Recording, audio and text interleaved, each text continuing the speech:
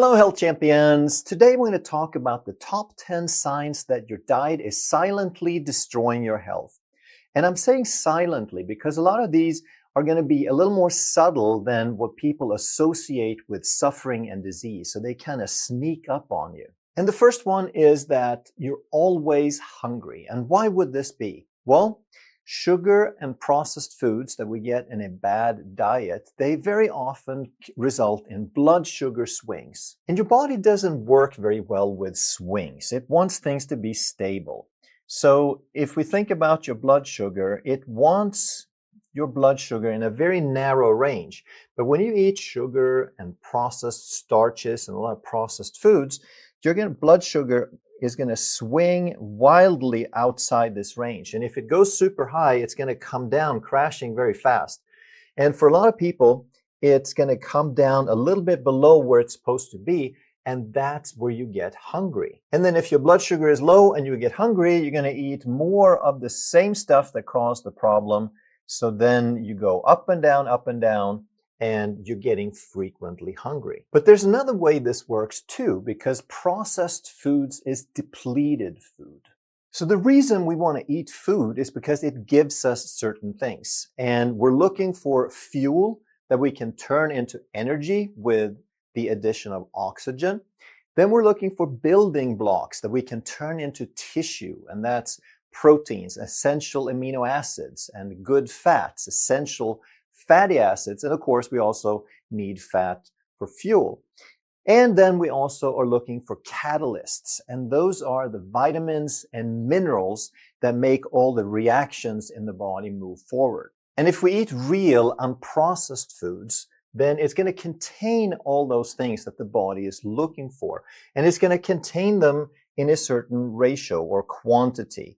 So if we imagine the amount of food or the amount of calories in this food, then it's going to have a corresponding amount of nutrients. We'll put an N there for nutrient.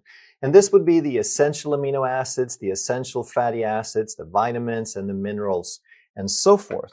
But if we eat processed foods, now for the same amount of calories, now we're only getting a fraction of the nutrients in there, and the rest is going to be missing.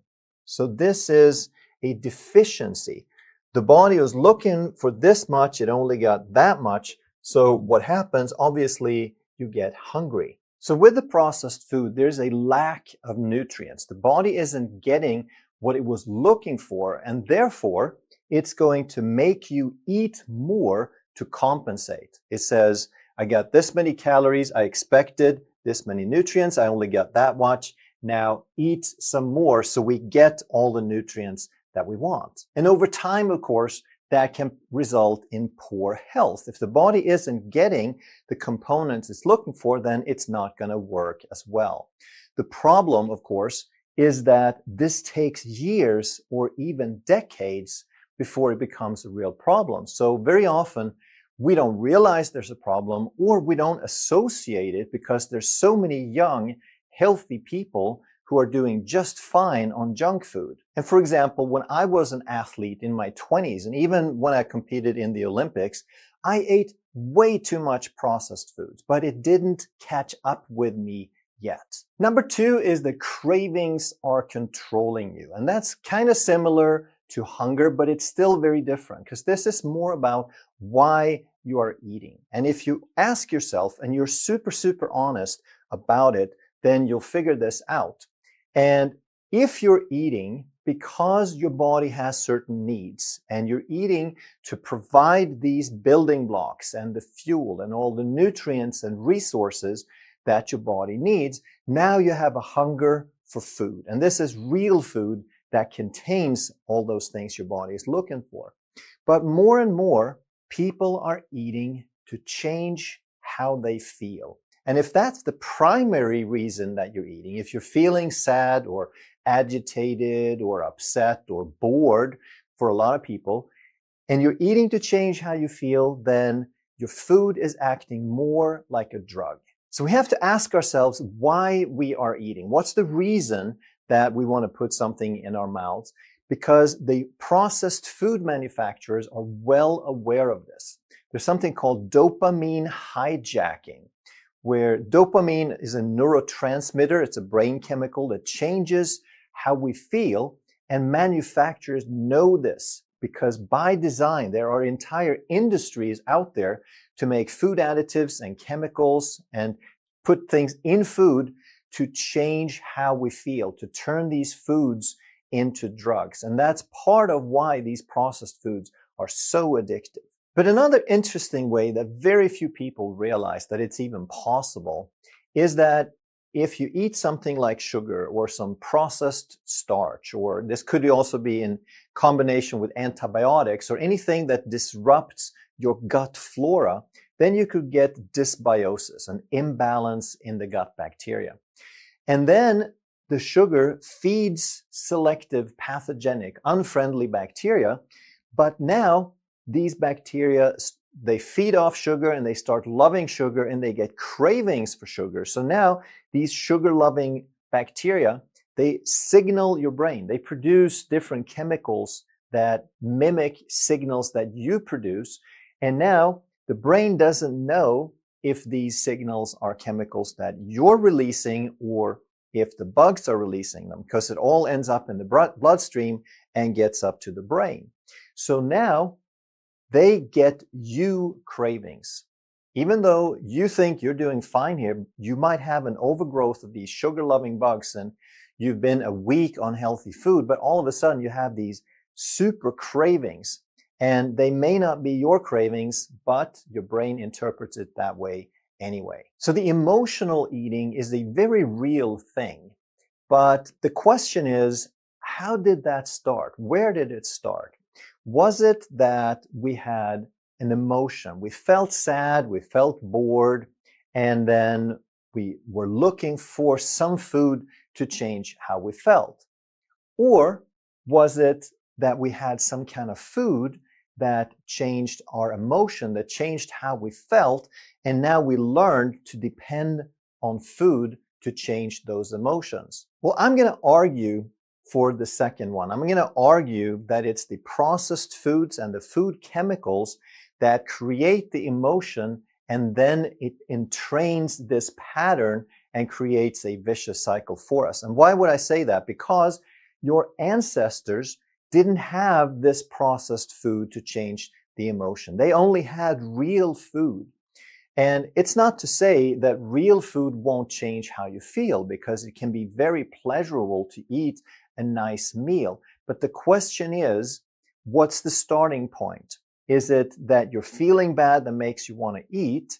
And is that the primary reason that you're eating? Number 3 is that you wake up tired. And this is especially if you feel like you've spent enough hours in the bed, but you may not be getting the quality of sleep that you should. You may not be getting the different phases. You may not spend enough time in deep sleep or in REM sleep. And then that could affect you because you're not feeling fully rested. And actually, blood sugar swings, again, could have something to do with this, because when you have blood sugar swings, and like we talked about, on the low end of that, now you get a cortisol release. So if you have blood sugar swings, you're going to get cortisol swings.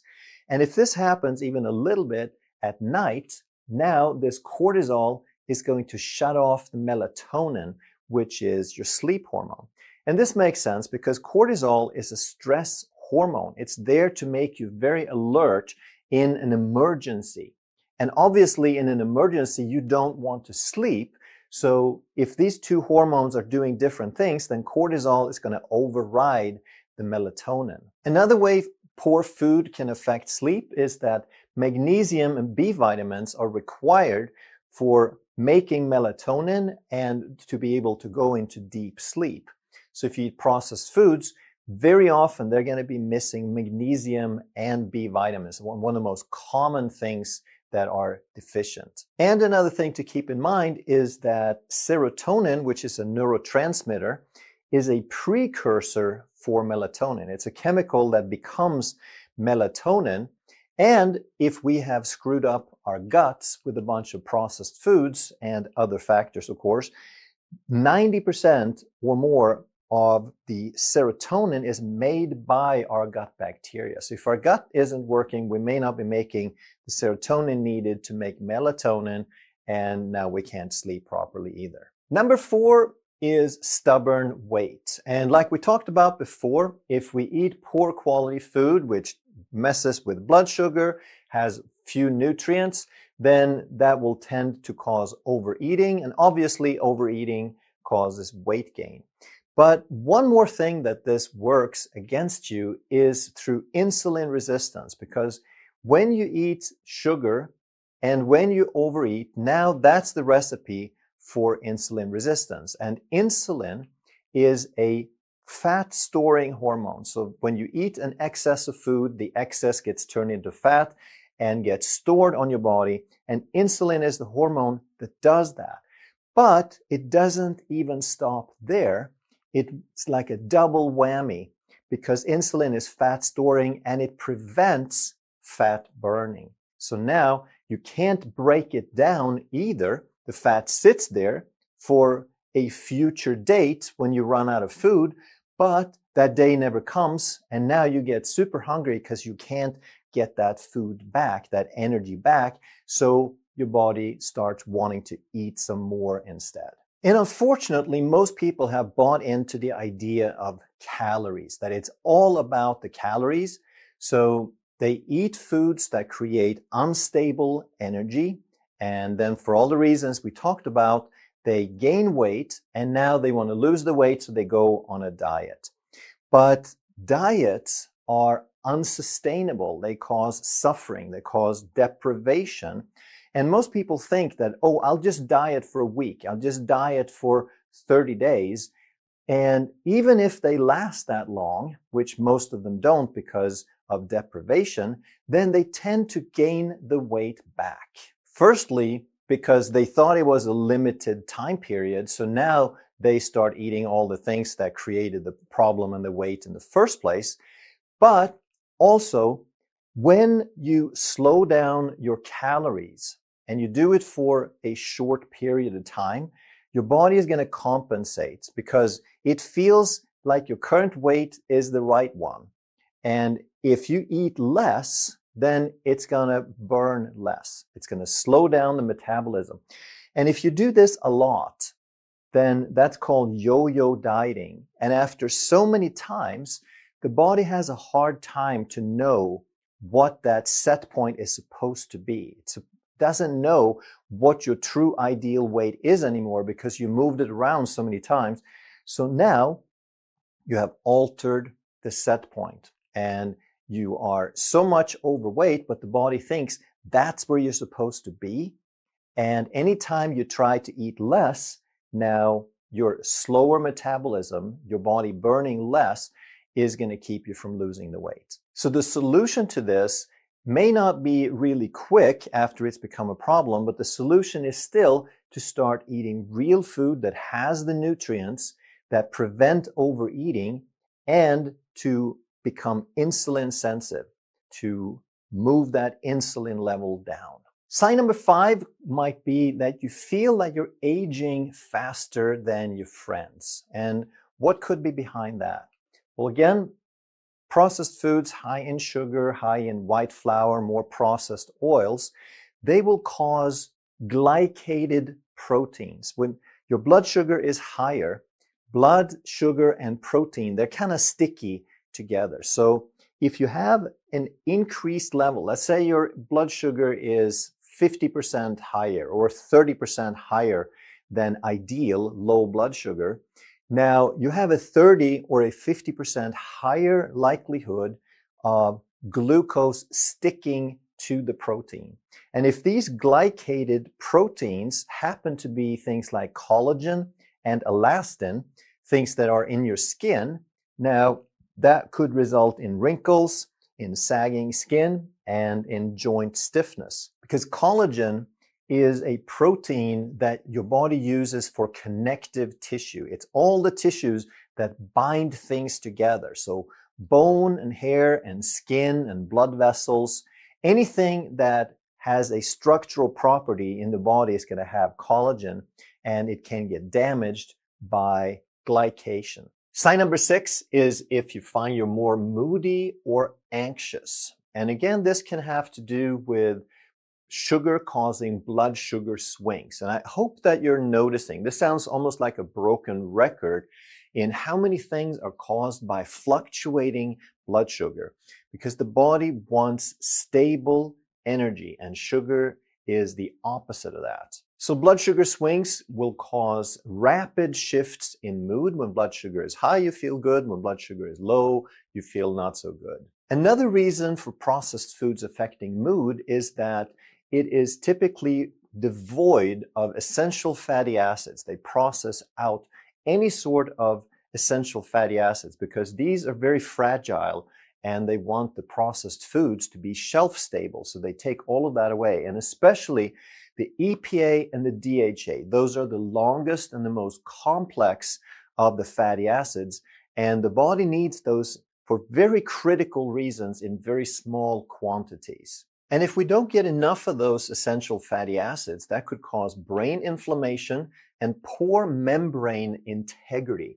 And this is so critical a structure in the body that we really need to understand a little bit more about it. So every cell in your body has an outside layer. It's a lipid bilayer that's like the outside surface of every cell.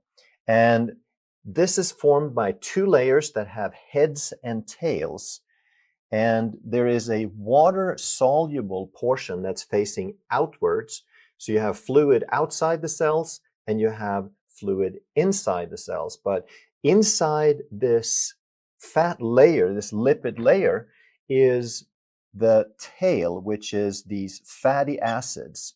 And they zigzag kind of because that's the shape of the molecule. But if they're saturated, then they're mostly straight. Overall, even though there's some zigzags, the overall shape of that fatty acid is straight. So if we have nothing but straight molecules in here, then they would pack very, very closely together. And this membrane would be stiff and rigid, and it would lose some of these signaling properties that the cell needs to have. So every cell needs to determine what goes in and what comes out of that cell. But especially for brain cells, for neurons, it is critical because this membrane also determines the capacity, the signal properties. And that's what brain cells do. They process information and they receive and send signals. And that's why the structure of this membrane is so critical. And if we have enough of those EPAs and DHAs, then they're going to have a much more curved shape because they're unsaturated in 5 and 6 places. So they're not going to be straight. They're going to be curving a lot.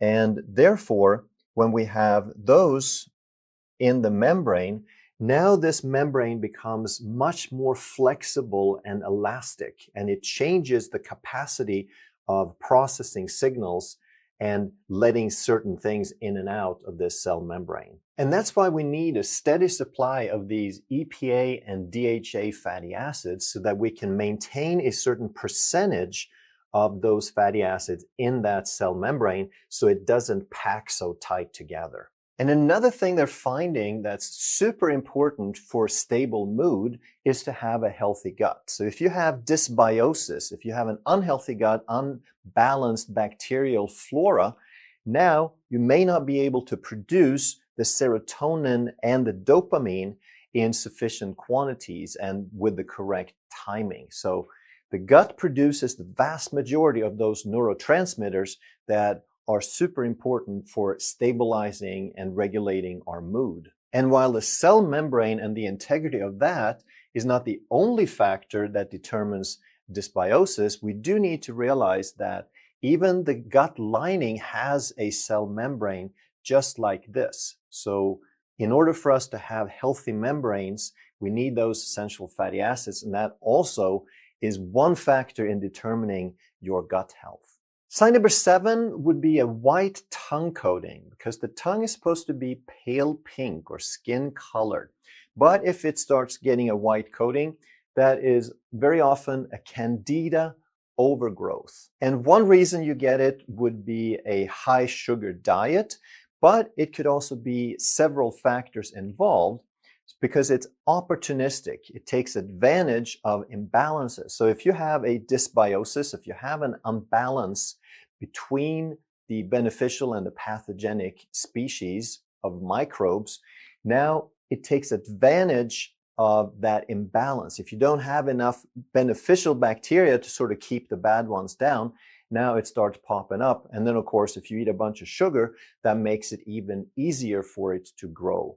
And now you can get an overgrowth also of other yeast and bacteria in the mouth. And what we want to realize is that every part of the body has its own unique culture and blend of bacteria. So usually we just talk about the microbiome as being in the gut, but you have one for every part of the body. You have one in your ear, and you have one on the skin, and in the mouth, and in the eyes, and so forth. And if you have an imbalance in your mouth, now you can get a weakened immune response in that microbiome in the oral cavity. Sign number 8 could be easy bruising. And one reason for that would be that processed foods don't have a lot of vitamin C. And vitamin C is necessary for the production of collagen, which is that structural protein that you find in all connective tissues in the body.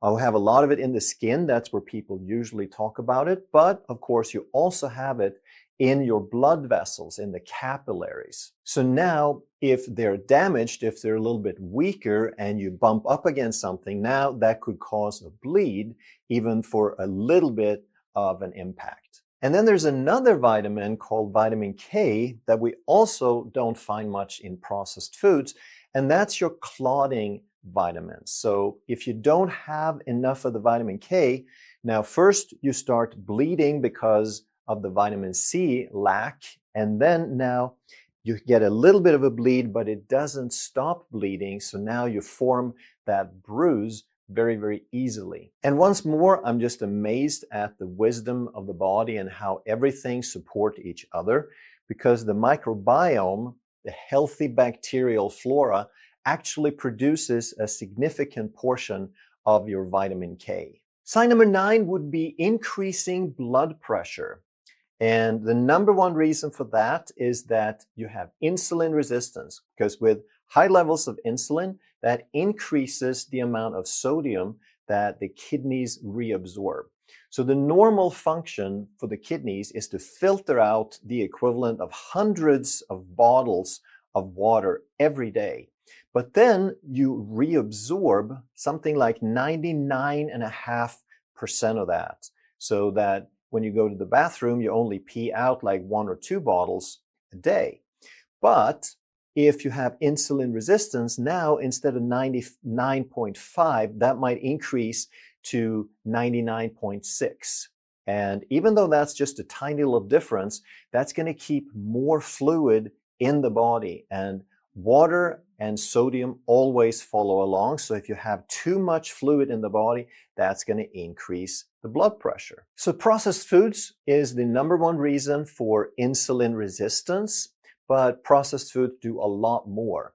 So they produce advanced glycation end products, or AGEs, which are those proteins that get sugar stuck to them, which damages the tissues. You get ROS, reactive oxygen species, which is basically free radicals or excess free radicals. You get inflammation, and processed foods also have very little magnesium, and processed foods also contribute to dysbiosis or gut imbalance. So what all of these have in common is that they affect the function of the blood vessel. That's called endothelial dysfunction. So the blood vessel is not just a tube. It's not like this PVC pipe where fluids just passively flow through. The blood vessel is alive. It has muscles in the wall, so it can contract, constrict to increase blood pressure, or it can dilate to lower blood pressure. And the body regulates this all the time, because it determines how much blood is flowing to the different parts of the body. But if you have endothelial dysfunction, that means that the blood vessels don't work properly. They don't regulate the flow and the blood pressure properly. And overall, they tend to stiffen, which would mean that blood pressure goes up. So that's another factor that contributes to high blood pressure. So we need to understand that sodium plays a role in high blood pressure, but it's not like you've been told. It's not a primary role, it's a secondary role. So I know that wherever you go, the first thing you're told about blood pressure is to cut back on the sodium. But a healthy person, a healthy body knows how to regulate sodium. It knows even if you eat 3 times as much sodium, your body can get rid of it because it's a very easy mechanism if your body is healthy. So in other words, it's not the sodium, it's you have to get unhealthy first, and then your body becomes unable to regulate the sodium, and now you have a problem. Sign number 10 would be that you seem to catch every cold and flu that comes around. And there are many reasons for that. We'll go through these. One would be that if you're low in zinc, vitamin C, and selenium, you might catch a lot more colds because these are necessary for white blood cell function. And white blood cells, that's the cellular component of your immune system. That's the mobile, the circulating portion. And if you eat a lot of sugar, of course, sugar suppresses white blood cells. Who is surprised at this point? I don't think we've ever found anything good about sugar. And if your bad diet causes a weak gut or an unbalanced gut, now you're going to have a weak immunity as well, because 70% of your immune system resides in the gut. It's called GALT, G-A-L-T, gut-associated lymph tissue. And that makes sense because everything that you put into your body needs a barrier. It needs to be shielded from your body. It needs to be processed before it's allowed in, and that's what the GALT does. And when it comes to immune system, we absolutely have to talk about the brain and stress. So if you do have a bad diet, that can influence the brain, like we talked about. Unstable blood sugar is unstable energy for the brain. And if you don't get the proper essential fatty acids, you can't build the proper cell membranes. But we need to understand how fundamental the role of stress is to the functioning of the body. So anytime that you have stress, your body is trying to defend itself. There's some sort of emergency that needs dealing with right now.